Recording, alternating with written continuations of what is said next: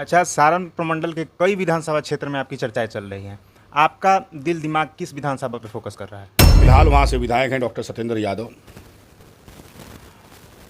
लेकिन वो सीट कांग्रेस की है और माझी विधानसभा के डीएनए में कांग्रेस बसता है, एकमा विधानसभा के डीएनए में कांग्रेस बसता है, महाराजगंज विधानसभा के डीएनए में कांग्रेस बसता है, मतलब सारण कमिश्नरी के डीएनए में कांग्रेस बसता है। अच्छा, लोकसभा चुनाव में आकाश सिंह को आपने काफ़ी सपोर्ट किया था, काफ़ी क्षेत्र में आप घूमे थे। उनके पिताजी का सपोर्ट आपको है कि नहीं? अखिलेश सिंह। कांग्रेस के जो विरोधी लोग हैं, कांग्रेस पर लगातार आरोप लगाते हैं कि कांग्रेस हिंदू विरोधी पार्टी है। आप ब्राह्मण समाज से आते हैं, तो कैसा कांग्रेस में आपका तालमेल बैठा है? आप भी जानते हैं कि कांग्रेस के जितने पुराने नेता थे, चाहे सम्राट चौधरी हों या कई लोग हों, वो लोग छोड़ करके बीजेपी में आ चुके हैं।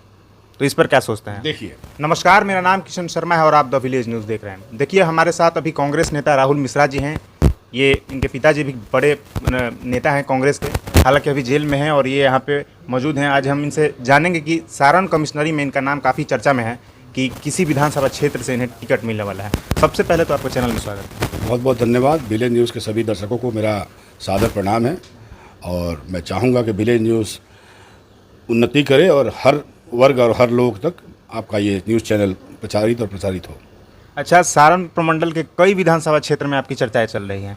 आपका दिल दिमाग किस विधानसभा पर फोकस कर रहा है? देखिए, ये मेरा सौभाग्य है कि लोग मुझे प्यार करते हैं।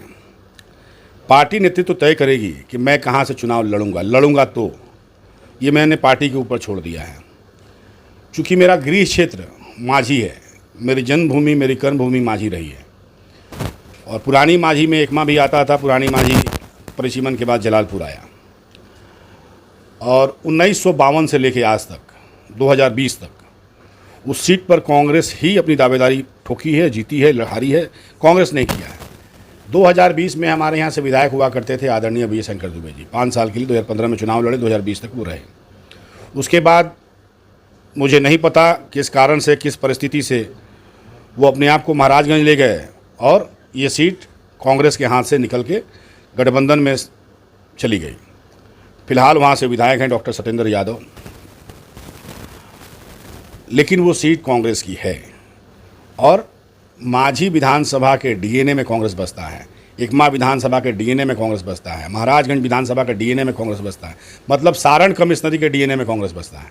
तो आपकी इच्छा किस विधानसभा को लेकर है? मैंने पहले ही कहा कि पार्टी मुझे जहाँ से उपयुक्त समझेगी, मैं पार्टी के सिपाही के रूप में, एक छोटे कार्यकर्ता के रूप में लड़ने का काम करूंगा, लोगों का विश्वास जीतूंगा और मैं ये उम्मीद और से भरा पड़ा हूं कि मुझे भरोसा है कि मैं चुनाव जीतूंगा। अच्छा, लोकसभा चुनाव में आकाश सिंह को आपने काफ़ी सपोर्ट किया था, काफ़ी क्षेत्र में आप घूमे थे। उनके पिताजी का सपोर्ट आपको है कि नहीं? अखिलेश सिंह जी। देखिए, मेरी राजनीति में राजनीतिक गुरु के रूप में मैं अगर किसी को मानता हूं तो मेरे नेता आदरणीय अखिलेश प्रसाद सिंह जी हैं।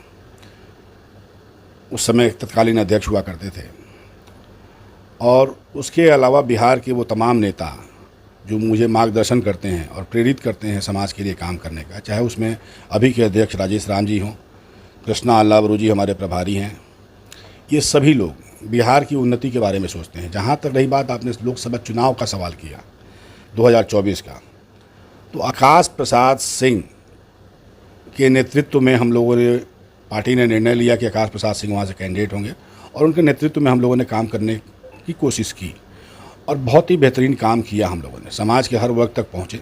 अच्छा, एक सवाल मेरा है कि कांग्रेस के जो विरोधी लोग हैं, कांग्रेस पर लगातार आरोप लगाते हैं कि कांग्रेस हिंदू विरोधी पार्टी है। आप ब्राह्मण समाज से आते हैं, तो कैसा कांग्रेस में आपका तालमेल बैठा है? आप भी जानते हैं कि कांग्रेस के जितने पुराने नेता थे, चाहे सम्राट चौधरी हों या कई लोग हों, वो लोग छोड़ करके बीजेपी में आ चुके हैं।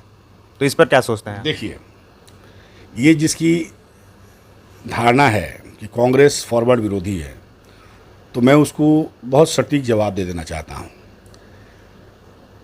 सबका साथ लेके और सबका विकास की बात करने वाली पार्टी जब ये कहे, जो सत्ता में पिछले 11 वर्षों से है, कि कांग्रेस हिंदू विरोधी है, कहाँ से कांग्रेस हिंदू विरोधी है? हमारे शीर्ष नेता राहुल गांधी भी फॉरवर्ड ही हैं और फॉरवर्ड होने का ये नतीजा नहीं है कि आप बैकवर्ड को, अति पिछड़ों को, अल्पसंख्यकों को दरकिनार कर दीजिएगा। मैं ब्राह्मण हूँ, मैं कांग्रेस में हूँ। बिहार से लेके पूरे भारतवर्ष में बड़े बड़े मुख्यमंत्री हुए हैं, जो फॉरवर्ड चेहरे थे, बैकवर्ड चेहरे भी थे, तो सबको लेके और सबको संगठित करके चलने की जिसकी इच्छा होती है वो कांग्रेस ही है। बाकी जितनी पार्टियां हैं वो जाति आधारित पार्टियां हैं, चाहे वो क्षेत्रीय स्तर पर देख लीजिए या राष्ट्रीय स्तर पर भी देख लीजिए।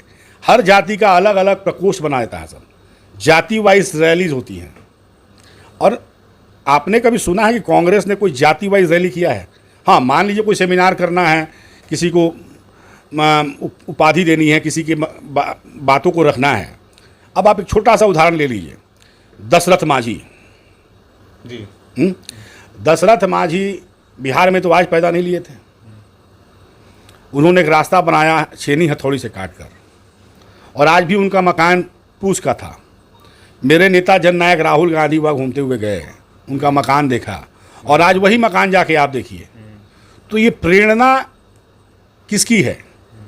ये प्रेरणा कांग्रेस की है। कांग्रेस सबके लिए सोचती है। अब आप उसको कह लीजिए कि फॉरवर्ड विरोधी है, बैकवर्ड विरोधी है, मुसलमान के लिए काम करती है, ऐसा कुछ नहीं है। मुसलमान भी उतना ही इज्जत पाएंगे, बैकवर्ड भी उतना ही इज्जत पाएंगे, और फॉरवर्ड भी उतना इज्जत पाएंगे। वो एकमात्र पार्टी है, वो है कांग्रेस। दूसरी कोई पार्टी में ये मान सम्मान आपको नहीं मिलेगा। जी, समय देने के लिए आपका बहुत बहुत धन्यवाद। नमस्कार, जय हिंद।